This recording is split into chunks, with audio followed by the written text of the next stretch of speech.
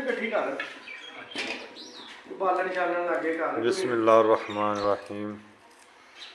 लो जी की हाल है मेरे भरावां दा सारियां दा। मैं साफ बनन दे लो जी अज फिर असी अपने वीर दे डेरे ते रियासत मंझ 59 जीम बे वाला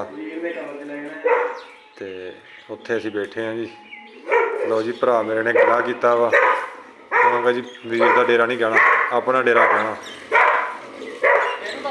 तो इत्थे अज प्रोग्राम जी इंशाल्लाह बस बैठे बैठे साढ़े भरा ने कहता जी, कहता पकौड़े बनाने हैं जी, वो वास्ते तैयारी च है जी। है साडा भरा जी चौधरी शाहद, माशाल्लाह जी बहुत अच्छे अंदाज नाल अपना काम जिहड़ा अपना ये कर रहे हैं जी, सारा कुकिंग का। तो सारी तैयारी हो रही है जी इंशाल्लाह। बाकी तुहानूं हुण नाल स्टैप बाय स्टैप सारा दिखाने हैं जी की हो रहा।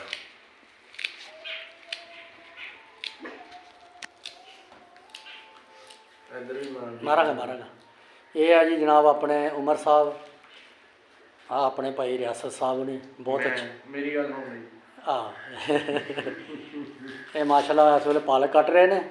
मक्खियां मेरे द्वारे करो इन्नी। वो कोई गल नहीं, हो ही जाता थोड़ा बहुता।